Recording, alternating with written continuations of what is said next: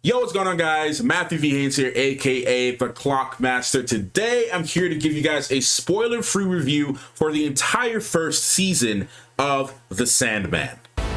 Dreams don't die.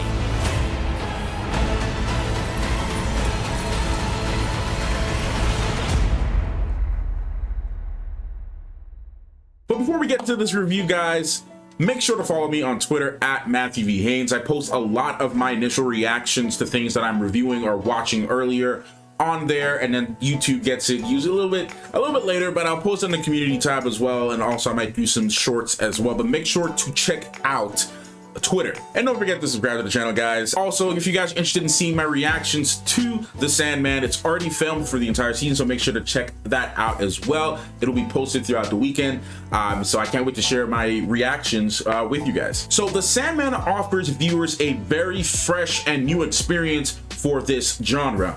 Tom Sturridge absolutely stole the show with his portrayal of the Master of Dreams. While there were a few minor issues with the overall structure of the series, The Sandman easily sticks the landing, making it one of the best comic-to-screen projects I have seen in recent memory. And I kid you not, guys, this show absolutely stole the show for me. Like, I didn't read any of the comic books growing up. I didn't read any of the graphic novels, and I intentionally stayed away from researching all of this because I wanted to go into this with a fresh perspective, just to see if I could enjoy the show for what it is, and if they would give me enough information on the characters and the world so that I can feel like I'm immersed in it and that I enjoy the overall story. And I definitely did. So before I go into my pros and cons, I'm just gonna read the cast list so you guys know who's in this thing. The show is starring Tom Sturridge as the Sandman, Master of Dreams, Boyd Holbrook as the Corinthian, Patton Oswalt as Matthew the Raven, Vivian Ashmpong as Lucien, Gwendolyn Christie as Lucifer, Charles Dance as Roderick Burgess, Jenna Coleman as Joanna Constantine, David Thewlis as John Dee, Stephen Fry as Gilbert, Kirby Howell Baptiste as Death, Mason Alexander Park as Desire, and Donna Preston as Despair. We got a stacked cast. I love every single one of them. But let's go over my pros and cons for the entire season. Starting with my pros, I really loved the performances in this show, especially from Tom Sturridge and Boyd Holbrook as Corinthian. Guys, I mean, Tom Sturridge is everything that I would imagine a dream being to be. Like, everything from the way that he spoke to the way that he stood up. And I did go back and look at some of the pictures to see the comparisons of Dream of the Endless and then looking at him in the show as well, and the comparison is just amazing. I believe the casting was perfect, not only in just how he looks, but also in his overall voice, tone, and performance. He really steals the show. He has a very great voice. Whenever you listen to him talk throughout the show, you can feel like you're talking to a dream king. like that's what it feels like. And I just loved his performance. I mean, everyone in the entire show, in my opinion, did a really good job with their performances. Nothing felt forced or fake. Everything read really well, and I just really couldn't get enough of his performance as Dream. And obviously, if you guys have been watching any of my reviews for a while, you know that I appreciate a nice atmosphere within a film or a series, and that's one of the things that I loved about this. Looking at the trailers, it kind of caught me off guard because I didn't really know what to expect with this. It looked pretty, everything looked nice, but I had no idea the amount of value and just overall awesomeness that's like in the entire season. So the atmosphere and the set design, the set locations, everything, all the practical effects when they did use them, all the practical makeup and designs when they did use them was just spot on there. Of course, there was some CGI and some CG elements within a project like this because you can't really do a completely like practical dream world. But when we get to the dreaming and you see how everything looks in this realm, and obviously I can't go into the spoilers, this is a spoiler-free review, but when we get to the realm and we see everything, how it's designed, it really takes you in to that headspace. It brings you into the world. It's immersive. I like just remember going through each and every episode just being genuinely excited about what I was watching, and I wanted to see more of it. I felt like I was connected to it. I felt like I was immersed. I was genuinely excited filming this. And then like watching every single episode, I was like, I wanted to see more, and a lot of that had to do with the world. And of course, y'all know I like my music. Y'all know I like how the music is in a lot of things, and Amazing motif for the Sandman. I mean, we have a great score, great soundtrack. Can't wait to listen to it. I loved every single piece in this. It fit the theme well. It fit the world. It fit the gloomy kind of like emo but hopeful but dark kind of like presence that the show had and felt, and the motif and the theme still rings in my head even now as I'm just sitting here just talking about this, because I really liked it, and it brought more to the characteristics of Dream and the overall presence and feel and tone of the entire series. And to latch on to the overall like strong performances, as I mentioned briefly, was the script and how well it was written. Personally, I believe that the characters were easier to read and feel them and understand where they're coming from and their perspectives, mainly because of the script. Like, nothing felt forced.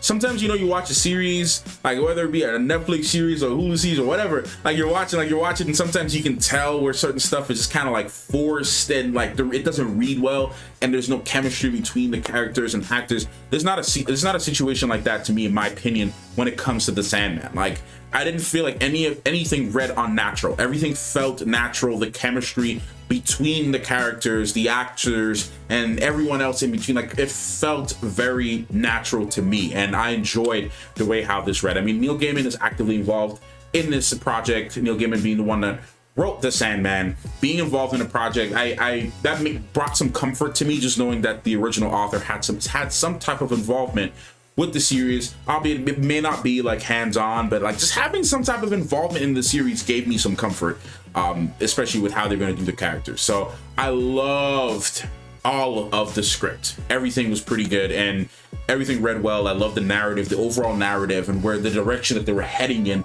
with the arcs in this series. And talking about the story arcs, the overall story dragged me in. As I said, everything in combination with the music and the atmosphere, the acting, the performances, everything dragged me in with this series. I mean, the story itself was strong. It had some really strong foundations to it. And like I said, I don't have any comic book knowledge or graphic novel knowledge for this story to draw off of to make a comparison for you guys. But just watching it alone from the receiving end, I absolutely enjoyed everything about the story.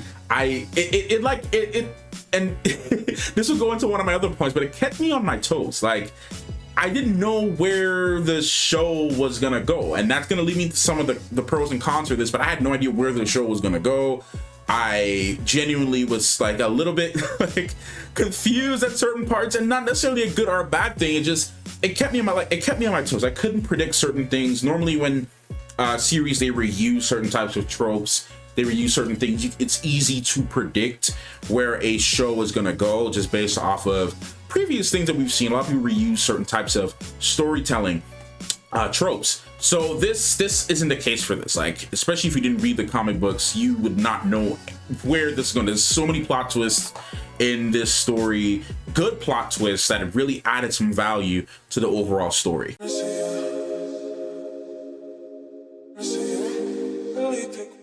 Now, I only have like 2 cons for this. I really thought long and hard about this, and as I watched every single episode from 1 to 10, I was genuinely trying to find things that could be improved on, things that I didn't like, because I know sometimes I do reviews, it may not seem like I have anything to dislike, but honestly, like, I couldn't find too many things that I personally disliked about this season, this series at all. Like, I mean, there's only 2 minor things, and I touched on it a little bit in the pros, but parts that you didn't feel like you know where the story was going. So I mentioned that because there's one specific part within the entire series and at the halfway point of the series where it was like, okay, this happened, what are you trying to do now? Like, you solved this one thing, you figured out this one thing that you were trying to figure out, what's gonna happen next? Like, what's the next thing to happen? And sometimes not knowing where you're going with characters and stories is really good, and then sometimes it can be pretty scary. So for me, it was a little bit scary because I was like, okay, I have my concerns now. I started to have some concerns about the overall story, where it was gonna go, how it was gonna land, but which is why I say it was minor, but in the end, it ended up working out really well because they used that to their advantage by giving us some really like left-wing stuff, like some sideline kind of like coming out of left field kind of stuff, just really bring you a genuine like surprise with things. So that's how I felt towards that. And the only other negative or con that I had concerning this was I wish certain characters had more screen time. It's a minor thing, and that's only just because I really liked those characters, which I will not name. But certain characters I wish they had more overall involvement in the series and more screen time, because I love their performances and I love their character and I love what they were doing with the stories. So personally, I would have loved to see more of those characters. But other than that, guys, I can't really think of any other cons, man. Like, the action was pretty good. The overall VFX was pretty good. It was awesome. I enjoyed it. I felt immersed. I love the unique things that they brought to a lot of the action sequences, which I won't touch too much on. And that's something I forgot to mention in my pros section, but they really touched on a lot of things. And I love the overall diversity within the cast. I love that it wasn't something that felt like forced. It felt really natural. You accepted a lot of everything that happened within this series, and it just overall ended up being a really awesome series, man. So I'm gonna give this series an 8 out of 10. That is where I'm standing right now for the Sandman. I won't give it a 9 or 10 just because there's some things that I feel like maybe went over my head that I need to rewatch again, and I might feel about it differently. But as of right now, I'm giving this an 8 out of 10, solid. I really thought deeply and hard about this series, each episode, analyzing them, trying to figure out if, you know, what I liked, what I didn't like about it, and that's where we're at. So anyways, guys, I hope you enjoyed my review, my spoiler-free review for the Sandman. If you made it to the end, that means you liked the video and you liked what I had to say. So please consider subscribing to the channel for more reviews. I'm going to be doing a lot more now. Especially now, once again, I've been mentioning this now that I'm Rotten Tomatoes certified.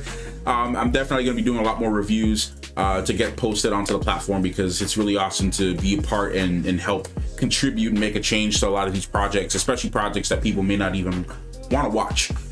So it's really awesome. So just make sure to check out the Twitter, like I said, for more updates and everything. And I will see y'all in the next one. Clockmaster.